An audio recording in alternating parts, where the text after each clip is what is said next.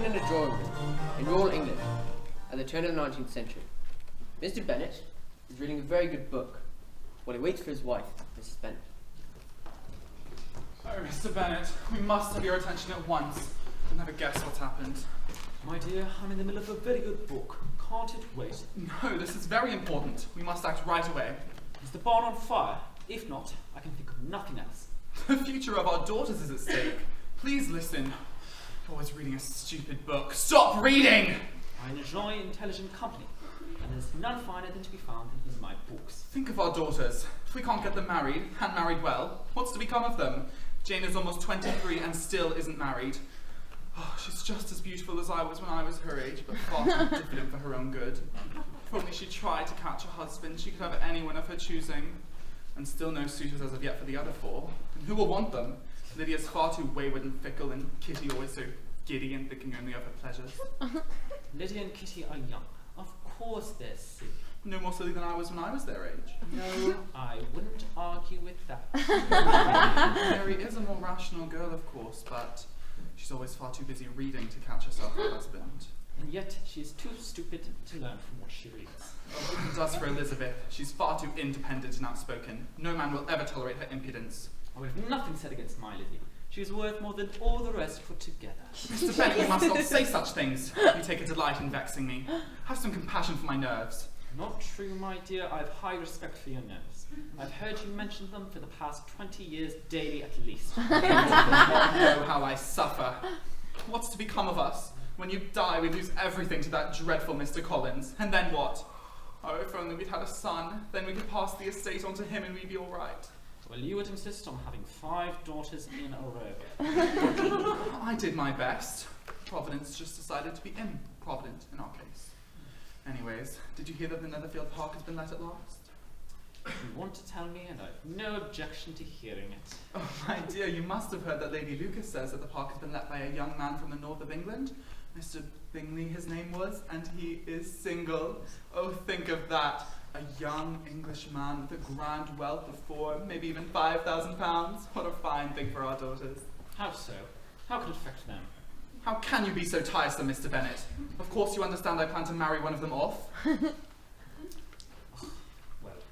have fun with that. It's not happening anytime soon.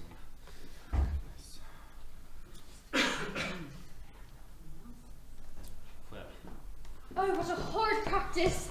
Jane does so keep me at it. I'm tired to death. Does your headache, Mamma? Oh, but of course my head aches, my dear. I can't seem to convince your father to pay Mr. Bingley a visit, so it seems as though we shall never know him. Would you forget, Mamma, that we shall meet him tomorrow at the assemblies, and Lady Lucas has promised to introduce him? I believe Lady Lucas will do no such thing. She's a selfish, hypocritical woman, and I have no opinion of her. I'm glad to hear you do not depend on her serving you, my dear. Well, I may have to depend on her after all, since you will do nothing about the entail. Lydia, for heaven's sake, stop coughing. Have some compassion for my nerves. Lydia has no discretion in her cough. She times them ill. I do not cough for my own amusement, Papa. Jane, when is your next ball? Tomorrow fortnight. Ah, so it is. And Lady Lucas does not come back until the night before. So she won't have had a chance to introduce herself to Mr. Bingley. Oh, how perfect. Well, you may have the advantage of your friend, and you can introduce her to Mr. Bingley yourself.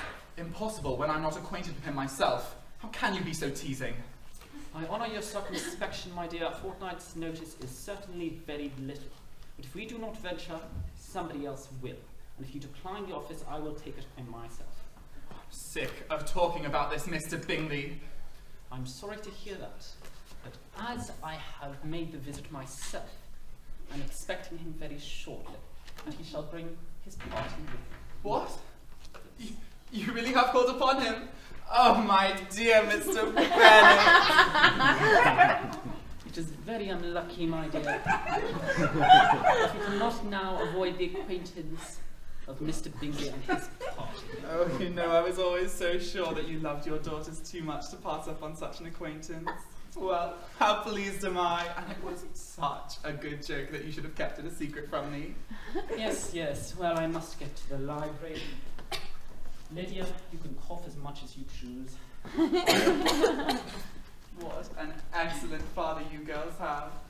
I don't know how we'll ever be able to repay him for this. only for that matter. You know, in our position of life, it is not too pleasurable to be making new acquaintances, but for you girls, we would do anything.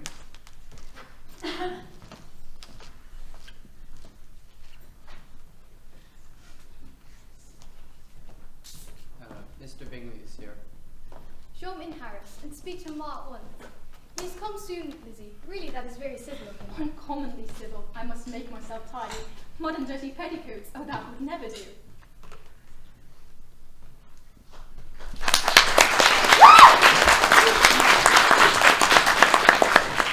Oh, girls, where is your father? Father has gone for a walk, Mamma. Mr. Bingley. Hello, sir. Afraid that Mr. Bennet's on for his morning walk. Good morning, Mrs. Bennett. I am Mr. Bingley, your new neighbour at Netherfield. Mr. Bennet has been so kind as to call upon me, and I have the honour of waiting upon the ladies of his family. Oh, well, we are certainly delighted to meet you. These are my daughters, Elizabeth and Jane. Please do be seated. So, how are you liking Netherfield? You know, I don't know a place quite larger than it. I do hope you don't plan on quitting it in a hurry, but I'm sure you're on but a short lease. Whatever I do is done in a hurry. Therefore, if I should resolve to quit Netherfield, I should probably be off in 5 minutes. At present, however, I consider myself quite fixed here. Oh, it is so pleasant to have Netherfield open once more. Though you must miss London. There is so much gaiety in London. Oh, why, Jane, there are plenty of people in the country. You know, I find the country a vast deal pleasanter than the city. Don't you agree? When I am in the country, I never wish to leave it.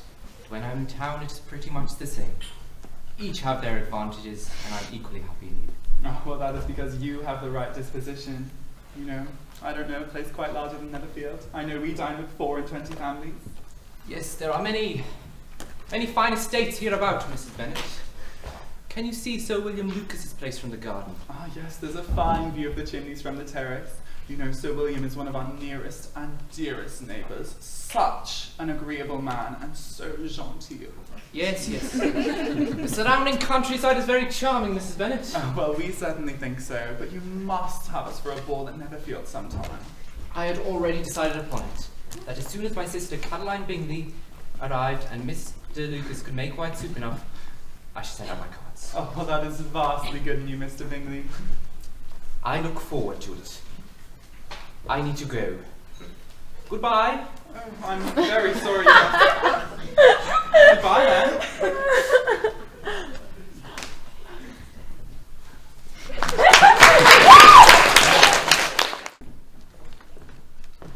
Good evening, Mr. Bennet. How nice to make your acquaintance once more, and your charming family. I'm sure my family are excited to see you again, Mr. Bingley. Oh, we certainly are. I hope you've settled nicely into Netherfield. Yes, I like it enormously. Such a pleasant environment and such pleasant neighbours. Now may I introduce my good friend, Mr. Fitzwilliam Darcy, and my sister, Caroline Bingley. Jane, may I have the pleasure of the next dance?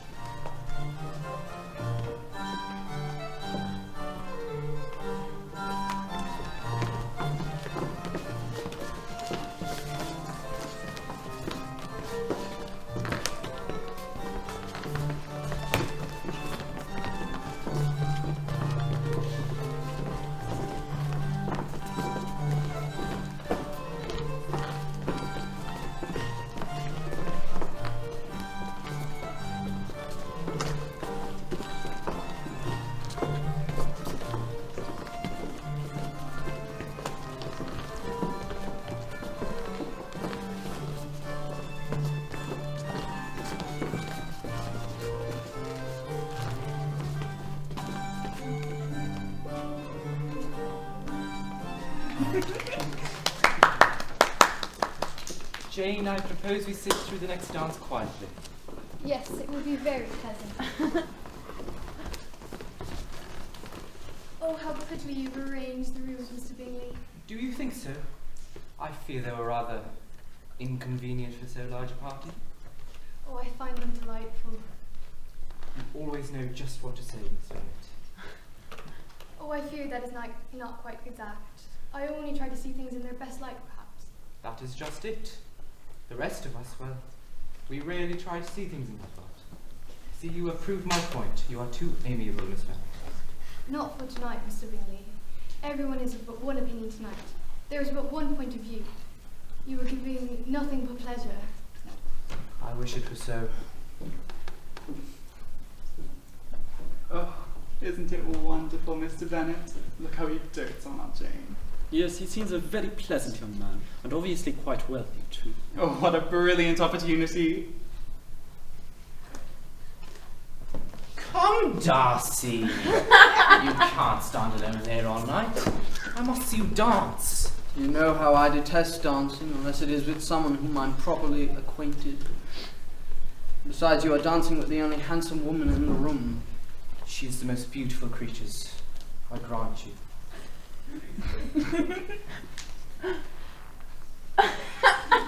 But look, there is a sister. Why don't you dance with her instead? She is tolerable, I suppose. Not to my taste. And tell me, why has she been sitting alone all this night? No. You cannot expect me to dance with someone whom others have spurned. I suggest you return to your partner and enjoy her smiles. You are wasting your time with me. I see your sister is free. I shall talk with her instead. Oh, Elizabeth, my dear, we were just observing how well Jane and Mr. Bingley appear to be getting on. Don't you think it's wonderful? He's such a gentleman, isn't he? Pity the same can't be said for his companion. Who? Mr. Darcy? He does seem a rather cold fish. Seems to me as though he has an excess of pride. Pride? He certainly has no cause to take pride in his manners. Why? Has he upset you, my dear Elizabeth? It would take more than the conceited ramblings from a self-opinionated popinjay to upset me, father. Conceited ramblings, you say? Mr. Darcy took pleasure in informing Mr. Bingley, within my earshot, that I was not pretty enough to dance with. Moreover, there must be something dreadfully wrong with my temperament or my mind, since nobody else appeared to want to dance with me. He must have known I could hear him. Or could he be so indifferent to the consequence that it had not even occurred to him? Well, my dear, thankfully it appears as though Mr. Bingley is not cut of the same cloth. Isn't this a pleasant way to spend an evening? Yes, I couldn't imagine spending it with anyone but you. I don't know what to say, except it is very flattering that you should think so. You're the most entrancing of creatures. I feel the same way. Do you speak like this with every lady? No, you are quite unique. I don't know what to say, except I would be very glad if what you said is true. Mr. Bingley seems to be paying Jane a lot of attention, I've noticed. Not jealous, are you? No, of course not. I'm delighted for her. I'm sure there are many who do not share your delight, namely every other single young girl in Meryton who would rather he be paying some attention to them. Well, he's obviously very taken with her. But yet what man in his right mind would not be? And what are her feelings for him? I thought it would be obvious. She likes him very much. I can't help but feel that Jane is being too guarded with Mr. Bingley. She should give him more encouragement. She must help him to declare his love. She does as much as her nature will allow. It's not in Jane's nature to secure a husband by design. She's incapable of being other than she is, of acting by calculation. That is the beauty and wonder of her character, a rare treasure indeed. If Mr. Bingley has not enough perception to perceive that beauty of character, he does not deserve to have her. Seems this event needs some livening up. Music, that's what we need. Yes, indeed. Elizabeth, do play for us. Oh, Charlotte, you always want me to play. If my vanity had taken a musical turn, I should be grateful to you. But I'd rather not sit down and play for people who must be used to the very best of performances. You must. Oh, very well then.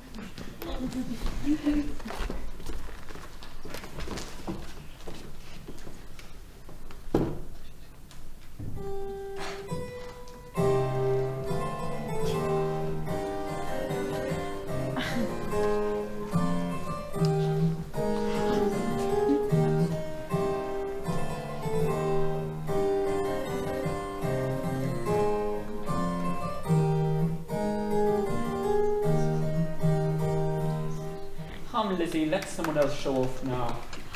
Can I play? I'm sure it's my turn. But not too long and keep it lively. I've practiced a new concerto. I think not, my dear. I don't think this is the correct occasion. Oh. Well, I should sing instead. Pity, my dear. I do think a charming tune on the pianoforte would be much the best idea. Our guests would like to dance.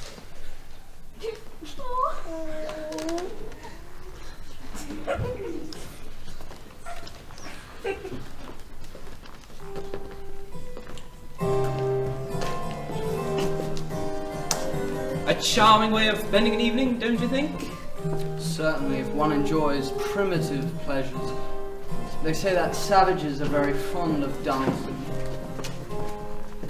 Oh, Elizabeth, I enjoyed your piece very, very much. But I must see you dance. Mr. Darcy, I present you with the most admirable of dancing partners. Would you care to dance with me, Miss Bennet? Thank you. No.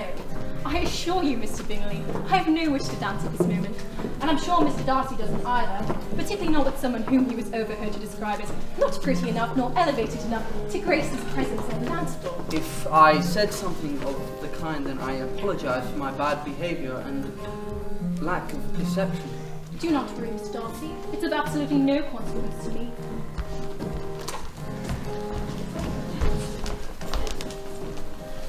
You look somewhat disconcerted.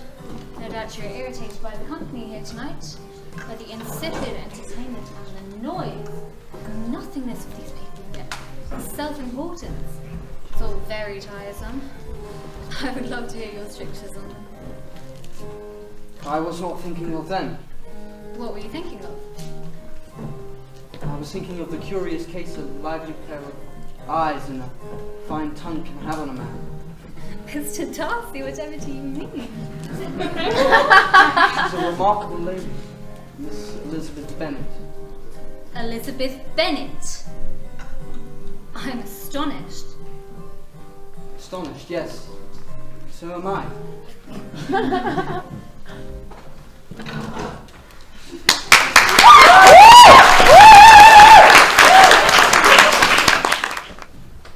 2 days later, on the outskirts of Meryton, Elizabeth and Lydia are watching soldiers march by. Aren't they a wonderful sight? It's a sight we'll be getting very used to, it seems. I understand the regiment will be camped in Meryton for several months, if not indefinitely. How delightful. I can't wait to meet the officers. Oh look, there's Isabella with one. Isabella, my dearest friend. I see you've made yourself acquainted with the officers of the regiment. Lydia, this is my good friend Mr. Wickham, Lydia Bennet, and here's Lydia's sister Elizabeth. Elizabeth Bennet, Mr. Wickham. I was wondering why we haven't seen much of you lately. Now I know why. There are some things one does not wish to share with friends. However, do not despair. There are many handsome and single young officers in the regiment, and their ranks are soon to be swelled by Mr. Wickham here. Very true. I'm about to join the regiment. How delightful. Yes, my dear Lydia, there are officers enough for you and all your 5 sisters. Though I believe Jane has already met her match. Oh, you mean Mr. Bingley? Yes, he dotes on her. What a splendid catch for her. So handsome and charming. And so rich. I think it's a bit early to consider them a match. There's been no formal proposal as of yet. But it's only a matter of time. But they get so little opportunity. It's quite unfortunate. I'm sure our dear mother will hatch some plan to ensure they get the opportunity. Are you acquainted with Mr. Darcy? I've known Mr. Darcy since boyhood. Your friends? No, I'm afraid there was very little friendship between us. I was very close to his late father, but I must confess I find the younger Mr. Darcy a rather disagreeable man. I think most people see him that way. Really? Yourself included? Very much so. Miss Wickham, would you like to join us for tea at Longbourn? I should think so indeed, thank you very much. Will Mr. Darcy be there? Would it put you off if you knew that you were? No, I'm not afraid of Mr. Darcy, though. It certainly wouldn't put me off. Particularly if I might have the pleasure of meeting you again, Miss Bennet. I'm sorry, I hope I'm not being too presumptuous. Perhaps a little, but I make no objection. After all, we've already established we have something in common. So let us establish something more in common than a mutual dislike of Mr. Darcy. Well, we must be going. We'll see you at the ball, no doubt, if not before. I see you've made yourself acquainted with the dashing Mr. Wickham. It's quite unfortunate. I was rather hoping you'd pay more attention to me.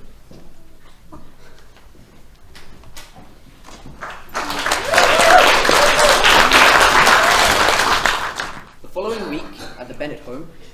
Mrs. Bennet and Jane are doing some needlework, when Mr. Bennet enters with 2 letters. 2 letters in one day. One's for you, Jane. I wonder who it's from. As if we don't know. It may be confidential. What confidences can a girl have from her mother? Who's that one from? It's from Mr. Collins. He's to visit, it seems. That vile man! I suppose he wants to investigate all that he'll inherit when you die. Possibly. I have been invited to dine at Netherfield this evening. Oh, how splendid. You shall go on horseback. Can't I go on the coach? No, your father needs the horses for the farm. But it looks like it might rain. Well, if it rains, then you might just have to be put up overnight, and, where's the harm in that? But that seems so calculated. Oh, what's wrong with a bit of calculation? How do you think your mother snared me? I do not wish to snare Mr. Bingley. Oh, my dear Jane. The oldest of my brood, yet still so foolish. When will you learn? No, it's by horseback you shall go, and you'd better start getting ready.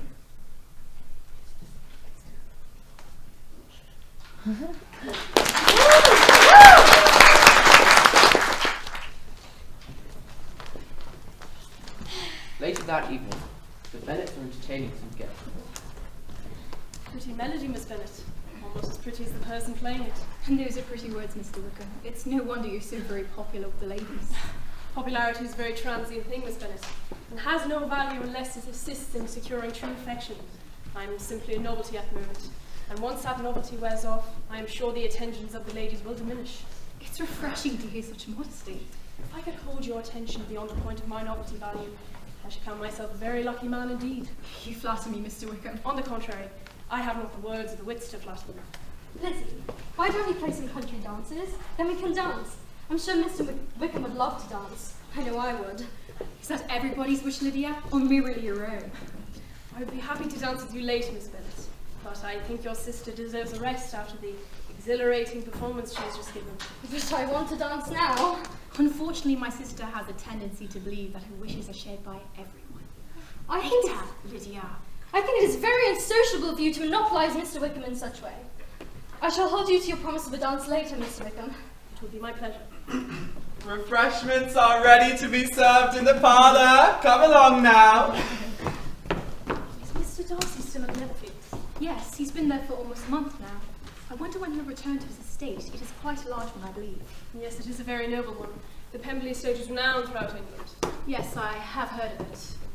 Though it was not quite the noble estate it was when his father was still alive. I recall you saying you were very close to his father. Indeed, I was. His father, the late Mr. Darcy, was one of the best men who ever breathed, and the truest friend I ever had. In his will, he intended to provide for me amply.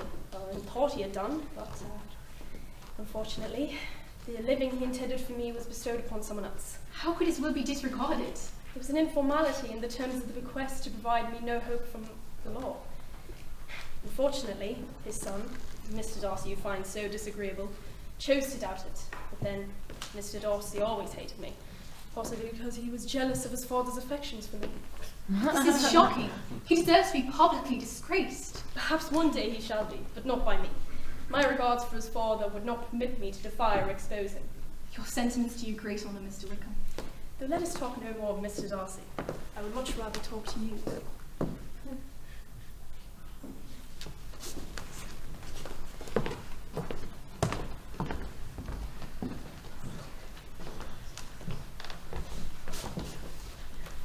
I've received a letter from Netherfield. It reads that Jane has caught a rather bad cold and has had to be put up for over a week there. Oh, it couldn't have worked out better. Unless she dies, of course. Of course she won't die. I mean, the doctor is advising bed rest for at least a week. It can't be such a trifling complaint. She is hardly stimulating company for Mr. Bingley in such a state. Oh, you always take such a dark view of events. And you, my dear, always take the view that serves you best. The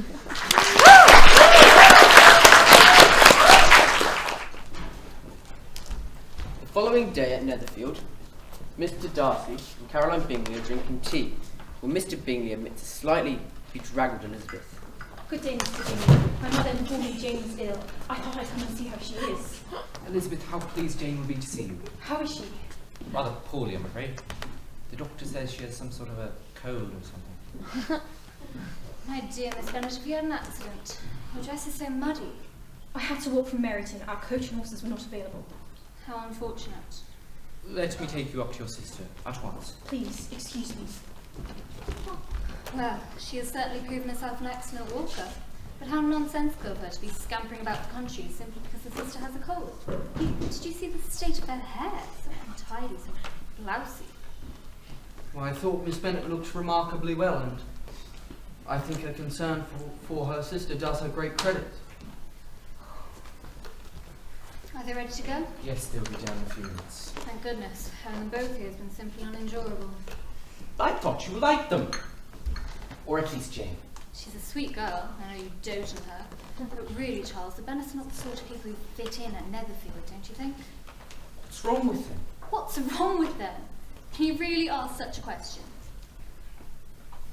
I rather admire Jane. That's all very well, my dear friend, but are you sure your feelings are fully reciprocated? Do you not think they are? She likes you well enough, I'm sure. Who would not? But whether or not her feelings run deep, I cannot say. Do you not find her a little reticent? Never really thought about it. She's modest, to be sure. I think it's quite ridiculous for you to be entertaining any serious thoughts towards her. She's a charming girl, right enough, but her background is totally unsuitable for one such as you. Surely you must see that. Do you agree? I think it is good that your business takes you to London at this juncture. It might help you to see things in a more objective light.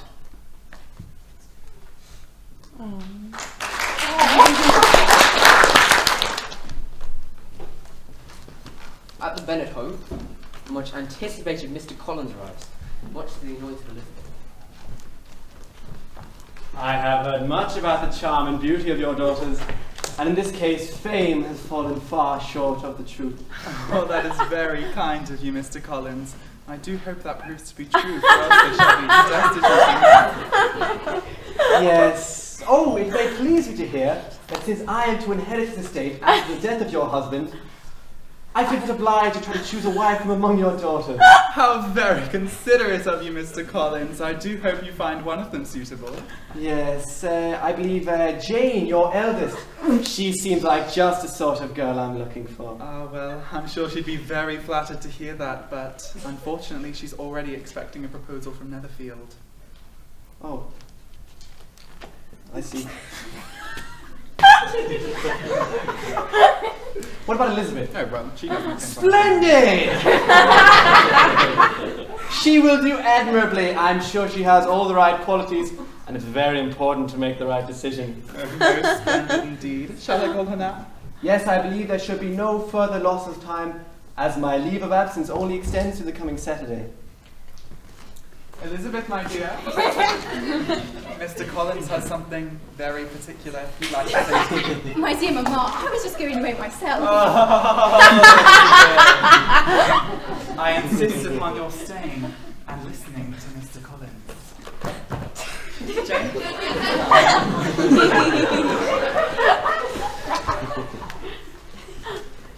My dear Miss Elizabeth.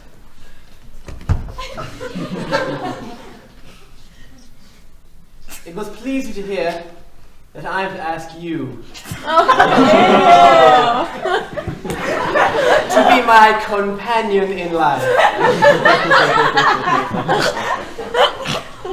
But first, I shall state my reasons for the decision before I am overrun with emotion.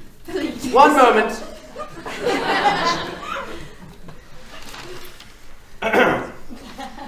My reason for marrying are first, that I think it is right for every clergyman to set an example of matrimony to his parish. Secondly, I am convinced it will add very greatly to my life. Third, it is the particular advice of that very noble lady whom I call patroness. One moment more.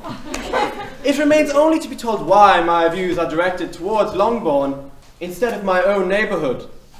The fact is that, since I am to inherit the estate, after the death of your father, who may live many years longer, I could not satisfy myself without resolving to choose a wife from among his daughters, that the loss to them be as little as possible when the melancholy event took place. This has been my motive, my fair cousin, and I hope it does not sink me in your esteem. Believe me. One moment more.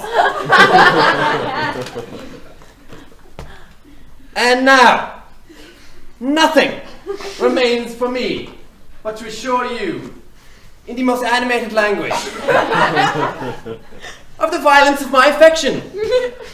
To fortune I am perfectly indifferent, and you may assure yourself that no ungenerous reproach on that score shall ever pass my lips when we are married. You are too hasty, sir. You forget that I have made no answer, except my thanks for the compliment you are paying me. I am very sensible of the honour of your proposals, but it is impossible for me to do otherwise than decline them. I am not unmindful of the fact that sometimes a young lady may repeat her refusal a second or even a third time. I am by no means discouraged, and shall hope to lead you to the altar ere long. Upon my word, sir, your hope is rather an extraordinary one after my declaration. Accept my thanks for the compliment you are paying me, but I cannot marry you. One moment, cousin. The next time I see you, I hope to receive a more favourable answer. Really, Mr. Collins, you puzzle me exceedingly. I know you must express my refusals in such ways that may convince you of it being one. Please give me leave to flatter myself, dear cousin, that your refusal is merely words, as you are unlikely to receive a better offer. I shall therefore attribute your refusal to your inner wish to increase my ardour, as is the custom of elegant females. I assure you, sir, I have no pretension in the kind of elegance that consists of tormenting a respectable man with false refusals. Oh, you are so charming.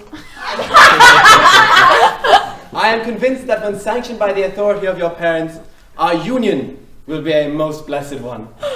I shall speak to your mother first, and then your father. Good morning. I hope I'm not intruding. No, it's always nice to see one of Miss Bennet's friends. You may be the first to hear that I have just proposed to Lizzie. Proposed? Yes, she's just left to inform her mother. And has she accepted your proposal? Not in so many words, but she would be silly not to.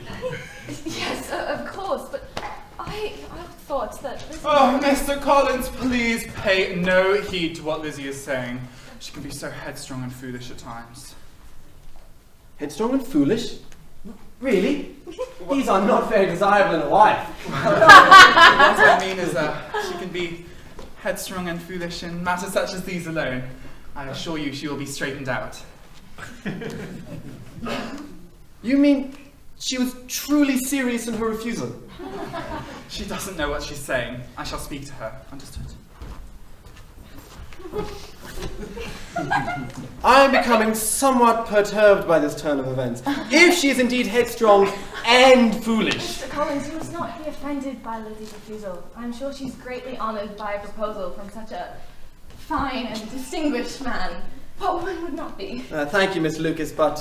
Hear me out, Mr. Collins. I'm sure Lizzie would find your proposal irresistible if it were not for the fact that she's expecting a proposal from another gentleman. Another? Who? His name is George Wickham. I thank you, Mr. Lucas, for telling me. I just wonder why no one else has taken the time to inform me. Well, Lizzie hasn't actually admitted it to anyone, you see, but as a close friend of hers, it is clear to me that she's quite captivated with Mr. Wickham. I've warned her against him. I do not deem him a suitable match, but Lizzie's of a rather independent turn of mind. Headstrong, foolish, and independent.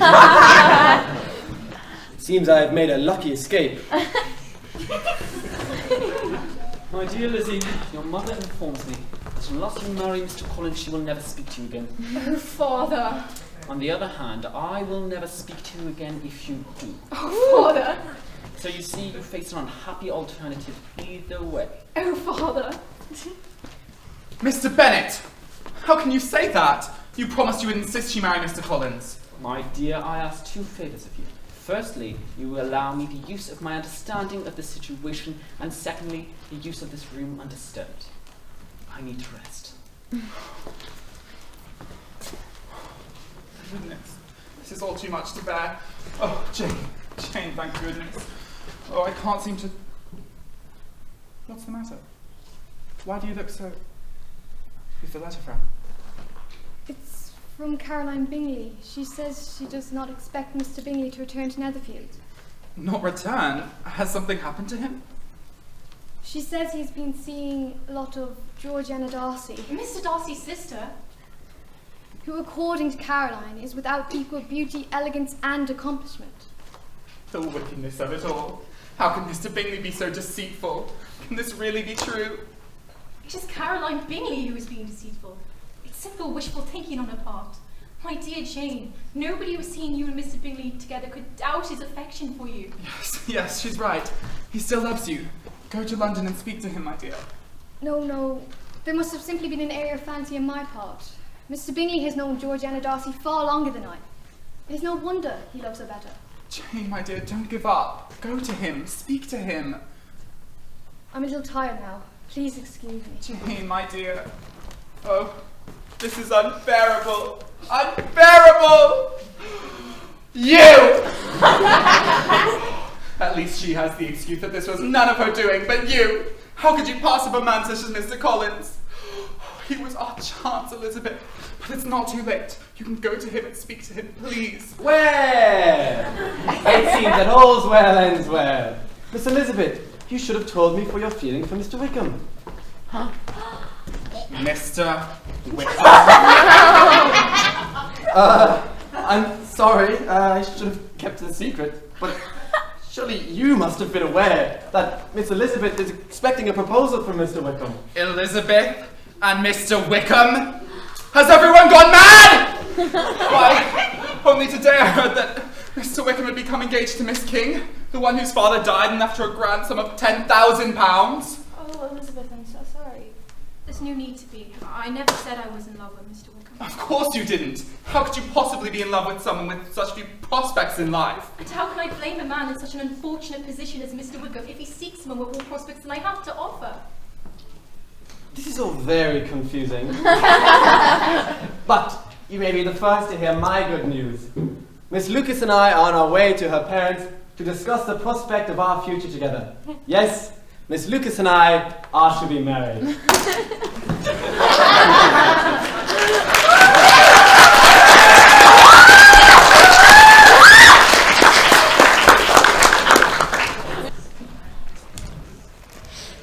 Mr. Bennet enjoys a brandy with his brother Charles.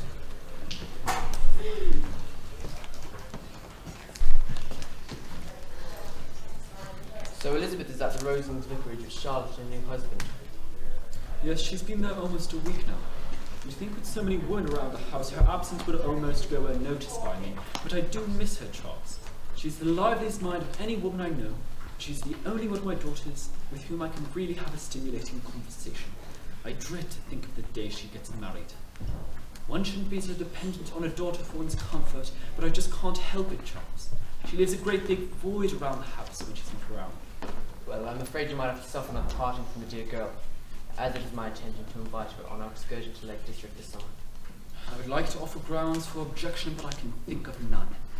So I must just grin and bear it. I dare say it will do her good. I'm surprised she received an invitation after rejecting Mr. Collins' proposal. Yet I'm even more surprised that she accepted the invitation. Yes, Charlotte insisted on it. She and Charlotte have been friends for some years now. And no doubt the new Mrs. Collins needs Elizabeth to relieve the tedium of being married to Mr. Collins. She writes that she is to visit Lady Catherine de Bourgh this Saturday.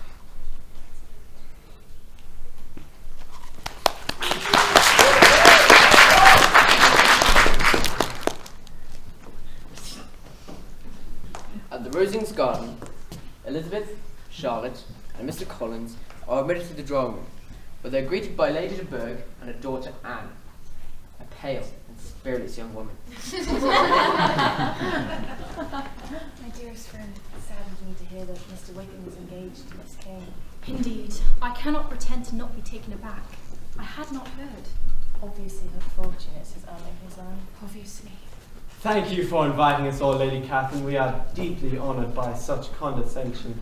This is Miss Elizabeth Bennet, and this is Lady Catherine's daughter, Anne. Go, enjoy the outer gardens, Mrs. Collins. And take your wife with you. She looks like she could use the exercise. So, Miss Bennet, you reside in Meryton, the future estate of Mr. Collins. Did you have the privilege of meeting my nephew while he was there? Your nephew? Mr. Fitzwilliam Darcy, of course. Oh, yes. I did not realise he was your nephew, though I can now see the resemblance in your character.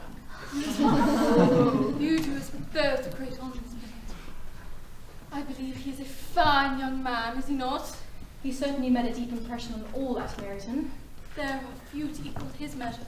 Many young ladies I know are eager to catch his eye, but he disdains them all, for with one exception, he has yet to find a woman to satisfy his needs. And who might that be? Why, my daughter Anne, of course. In matters of taste, education, and wealth, they are as one. I'm sure they are. My daughter Anne is most accomplished, but unfortunately, due to ill health, it prevents her from displaying these talents too robustly. I'm sorry to hear it. If only her voice was strong, she would make the most delightful soprano. And do you sing, Miss Bennet? A little. And your sisters? I believe you are one of 5. Do your sisters sing? One of them does. Only one of them. All should have learned. If I had learned, I would have made a great prodigy. And so should have Anne, if her health had allowed it. Nobody would have better natural taste in such things as Anne and myself. And as for drawing, well, if my Anne had the strength to attend an easel, she would make a most delicate sport of form and colour.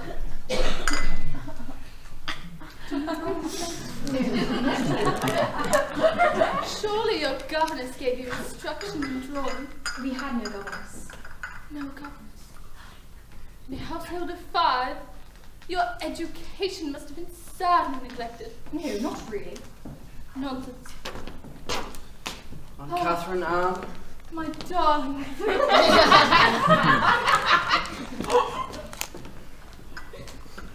Miss Bennet, I did not expect to see you here. I did not expect to see you here either. I shall go see if tea is ready. Good girl.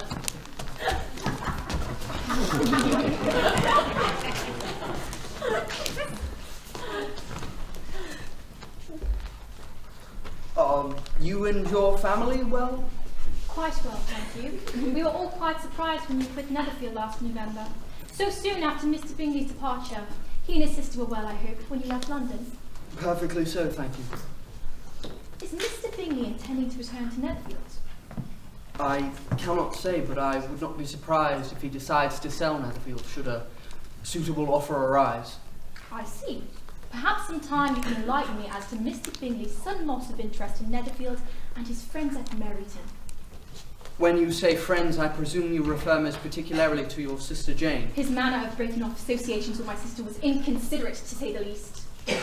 Inconsiderate, possibly, but anyone observing your sister with Mr. Bingley could not help detecting that her feelings for him did not run deep.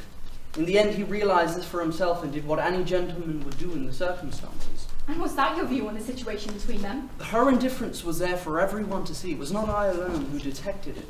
You had support in this opinion from Caroline Bingley. I rely upon my own observations. Those who hold an opinion should be very sure of their judgment in the first place. And in this instance, as perhaps of other instances, your opinion is mistaken.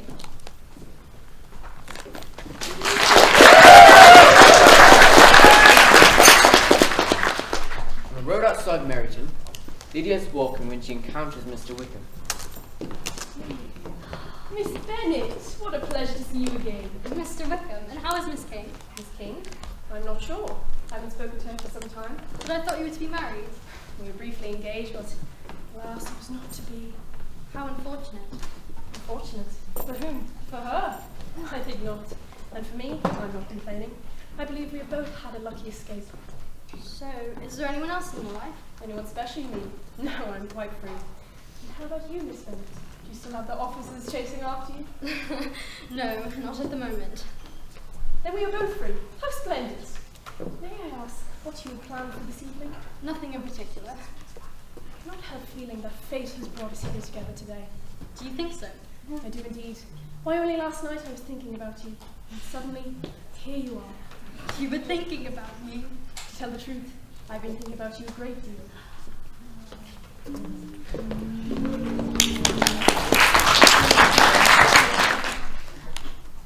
Meanwhile, at the Rosings garden, Elizabeth is sitting alone reading a book.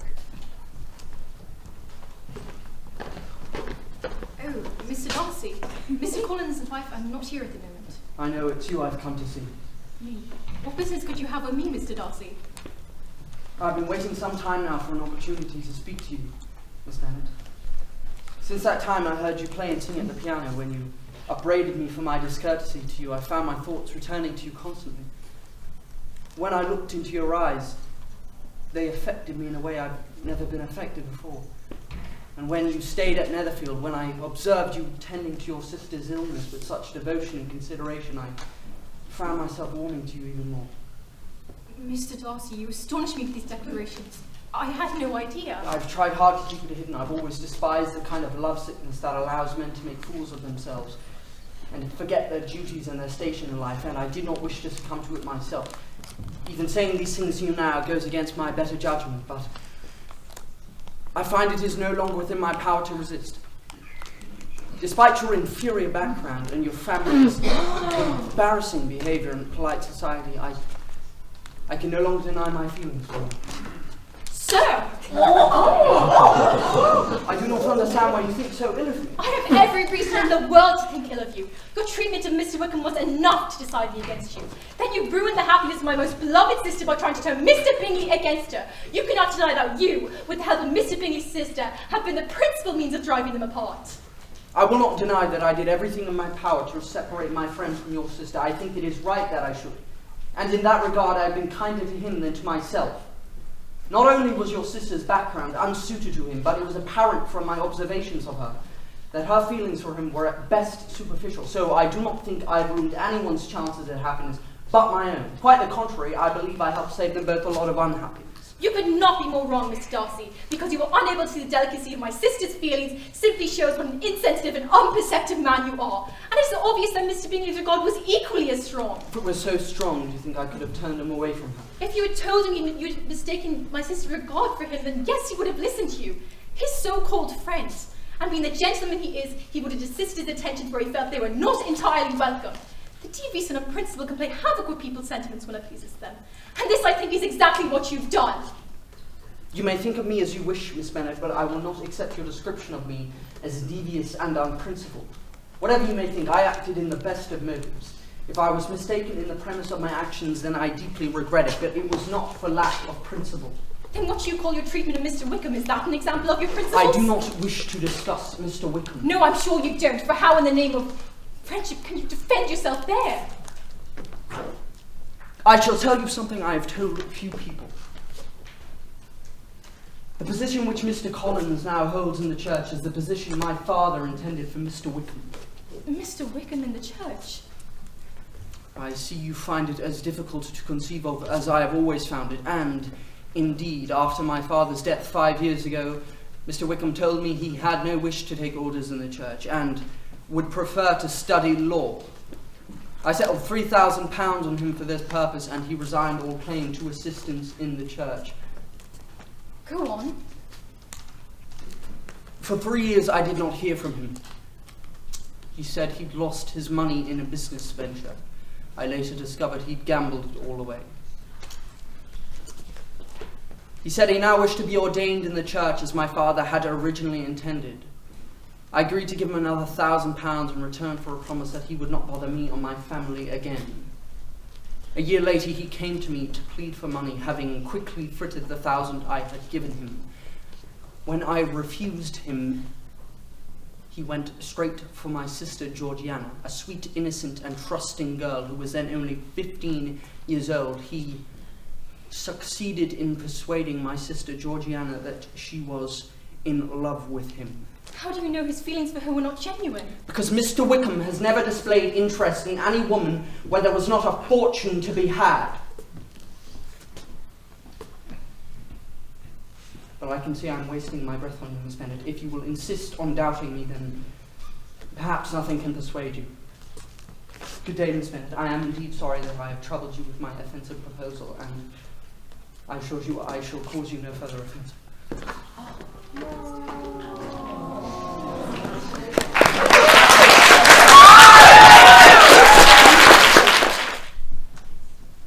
At the Pemberley estate, Charles is in conversation with Mr. Darcy's housekeeper, followed by Elizabeth.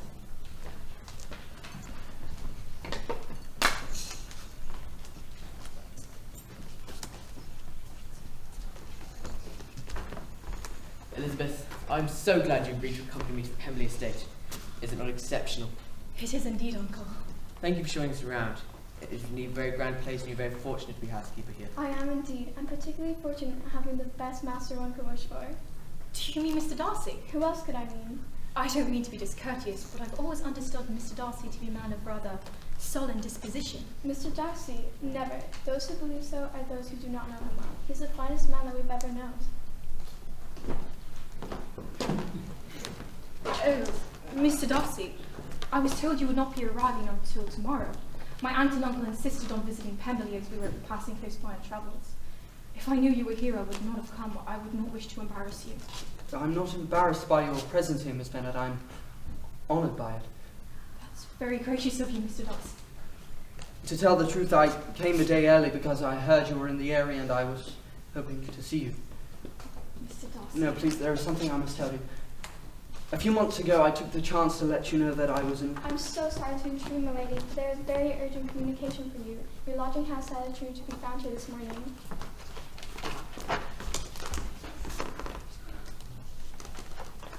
Bad news, I'm afraid. My sister Lydia has run off with George Wickham.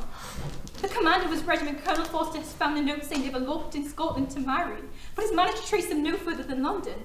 He thinks that Mr. Wickham does not truly intend to marry Lydia, and the real reason he has taken her away is because he got himself deep in debt and has simply taken her along with her for his own amusement. This is dreadful news. Oh, how could I have been so stupid? I should have exposed Mr. Wickham for what he was.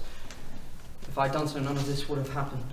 My father's gone to London to see if he can find them. I must return at once. I'll join your father in London and help in the search. Is there anything I can do to help? I feel partly to blame. That's very kind of you, Mr. Darcy, but I do not see how you could blame yourself for my sister's impetuous behaviour. Even if she had been warned against Mr. Wickham, I do not think it would have meant much of a difference to the outcome.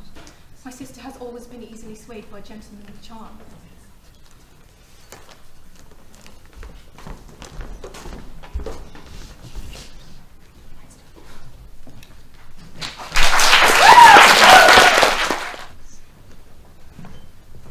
A week later at Longbourn, Mrs. Bennet is very distressed, and Mr. Bennet returns from London. We've found them. I've seen and spoken with them both. Oh, thank God. Are they married? No, I don't think Mr. Wickham ever intended to marry Lydia. But he must. Otherwise we shall all be ruined. Oh, the disgrace of it all. I think I can go mad. Calm yourself. There seems to be a solution on offer. My brother is speaking the details with them now. It seems Mr. Wickham could be persuaded to marry Lydia if a small allowance is made for the marriage. To be exact, £100 a year, plus a commission in another regiment. What? We cannot afford £100 a year. My brother has offered to help. It seems a reasonable enough price to pay for saving the family name. Yes, you're right. We must protect our family's name at all costs. A letter for you, sir. A letter? Is it news from London? No, it's from Mr. Collins. He says... I wish to express my condolences for your grievous affliction. The death of your daughter would be a blessing in comparison to this. I am of the opinion that it stems from too much indulgence. But at the same time, for the condolences of yourself and Mrs. Bennet, I am of the opinion that Lydia's disposition was naturally bad. You are much to be pitied, and I am joined in that opinion by Mrs. Collins, Lady Catherine de Bourgh, and her daughter Anne, to whom I have related details of the affair. May I conclude by expressing how grateful I am to Elizabeth for having refused my proposal and thus sparing me from any involvement in this unpleasant business.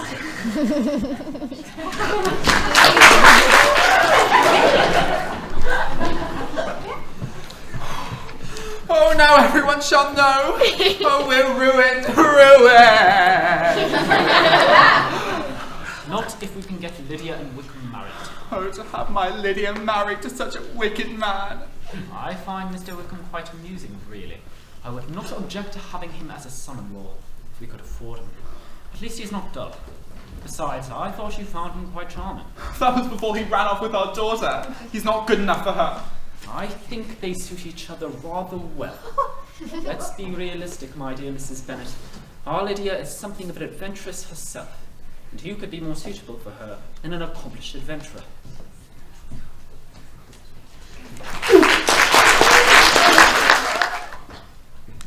Some days later at Longbourn, Kitty is at the window. They're here. Can it really be 2 months since we went away? It seems but only a fortnight, and so much has happened. Do the people hereabouts know that I'm married today? I want to show everyone my ring, and the handsome and charming husband that I've acquired. My friends will envy me. When we're in Scotland, you must visit often. There is no shortage of handsome soldiers. I will get all my sisters married. Lizzie, I must speak with you. I know that you had harboured some affection towards Mr. Wickham, and My dear Lydia, you have no qualms on my behalf. You are very welcome to Mr. Wickham, and I hope you'll be very happy. Oh, thank you, thank you. Did you know, we almost had to call it off last minute. Was Mr. Wickham having second thoughts? No, of course not. It was just our dearest uncle, who would have given us away, was called away in an urgent business meeting, and it looked as if we might have to postpone it. But luckily, Mr. Darcy sent him. Mr. Darcy? Yes, he escorted Mr. Wickham to the church.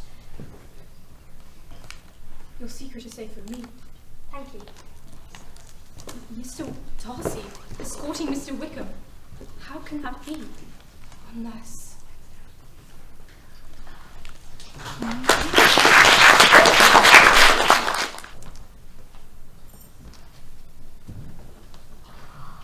Hello, Jane. Mother told me you'd be here. Mr. Bingley, have you returned to Netherfield? Yes, for good. Oh, my dearest Jane. I don't know where to begin.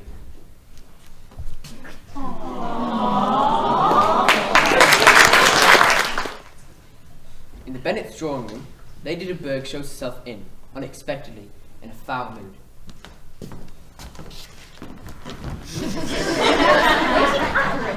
I hope you are well, Miss Bennet. This must be your mother. Yes, indeed I am.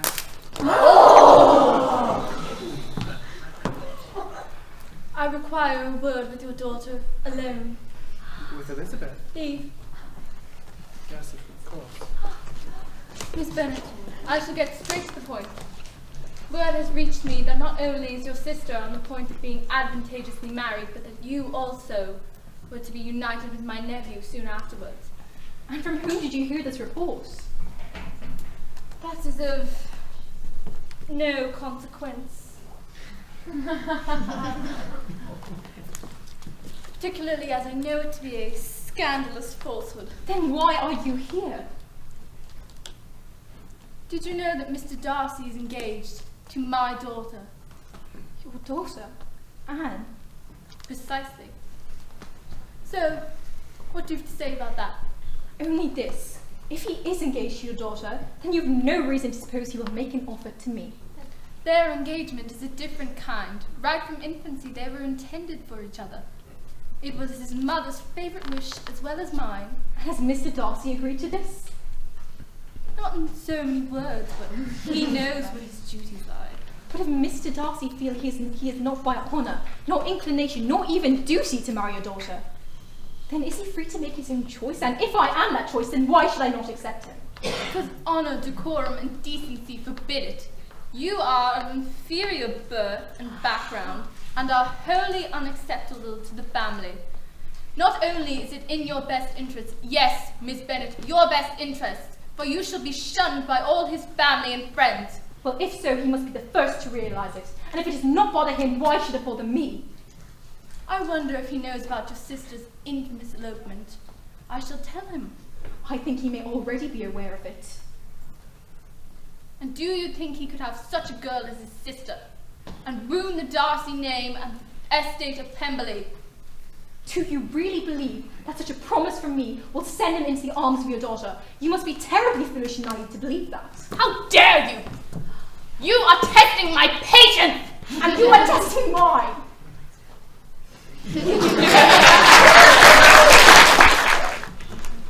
Some days later at Longbourn, Mrs. Bennet is looking out of the window. Jane and Lydia are sitting around the piano listening to Kitty play. Jane, my dear, it seems as though Mr. Bingley has arrived and he's joined by another gentleman. Oh, it's that dreadful Mr. Darcy. What on earth could he want with us? He's such an unpleasant man. Well, he's not really so unpleasant once you get to know him well. He used to be rather proud and quite aloof when we first met, but he seems much more cordial as of late. Oh, he makes me very uncomfortable. But, seeing as he's Mr. Bingley's friend, I suppose I shall put up with him. Mr. Bingley and Darcy have now arrived.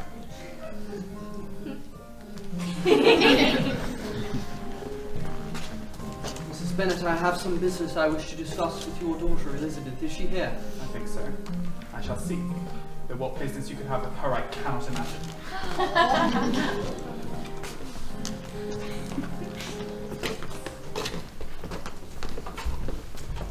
Oh, Mr. Darcy, I was not expecting you to call. I hope my visit is not unwelcome. On the contrary, I have been awaiting an opportunity to express my gratitude for you, for what you did for my sister Lydia. Lydia? I knew it was supposed to be a secret, but my sister Lydia has never been very good at holding her tongue. I know how you arranged her marriage and settled an allowance with Wickham to force him into it. I regret that you should know about it. I did not wish to cause any uneasiness. And you have caused none. I'm very grateful to you, Mr. Darcy. Neither did I wish to secure your gratitude, for I would not wish such sentiments to cloud your judgment on matters of which are of more vital importance to me. And what could they be? Less than a year ago, I took the chance to let you know how I felt about you. My feelings are the same as they were then, but one word from you will silence me forever. When I heard what you said to Lady Catherine, how you refused to promise her that you would not marry me, it taught me to hope, as I'd scarcely allowed myself to hope before.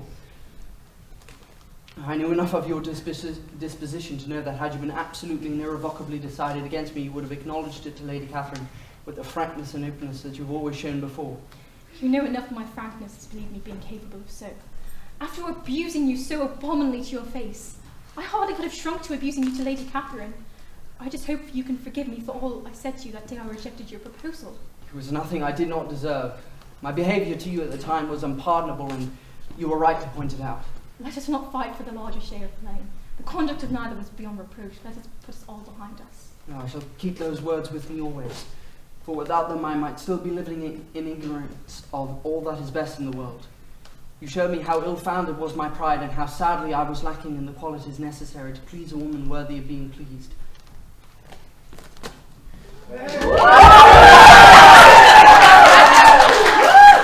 What is the meaning of all of this? Mr. Darcy, I am surprised at you. And you, Elizabeth, acting in such an intimate manner with such a lack of decorum. My dear Mamma, there are many things that override decorum, as Mr. Darcy and I have both discovered. Forgive us for startling you, Mrs. Bennet, and I assure you I was not being discourteous to your daughter. The fact is I've asked her to marry me. What? You marry Elizabeth? Well, I must say this is certainly unexpected. What a splendid husband you'll make, Mr. Darcy. You know, my dear, I always have admired you. Such a handsome and charming man, with such a noble estate. Yes, you'll be the perfect husband for my Lizzie. Thank you, Mrs. Bennet. Perhaps I might discuss the matter with Mr. Bennet. Oh, of course, but I'm sure he'll have no objections. May I speak to him first? I think it would be better if I do. I shall call him right away. Mr. Darcy.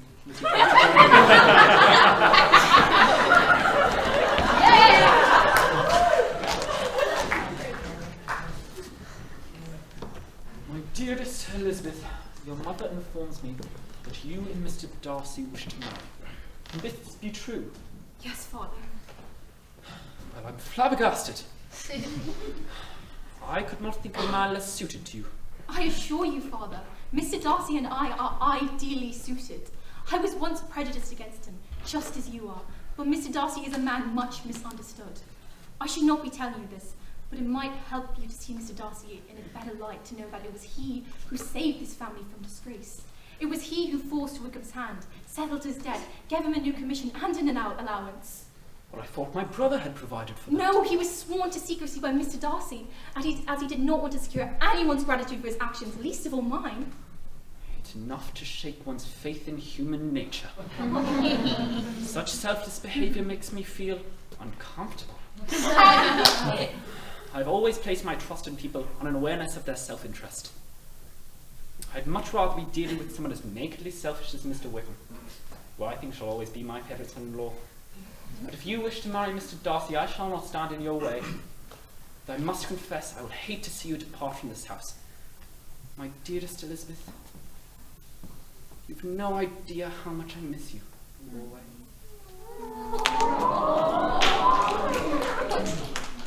And that, ladies and gentlemen, is where our story closes.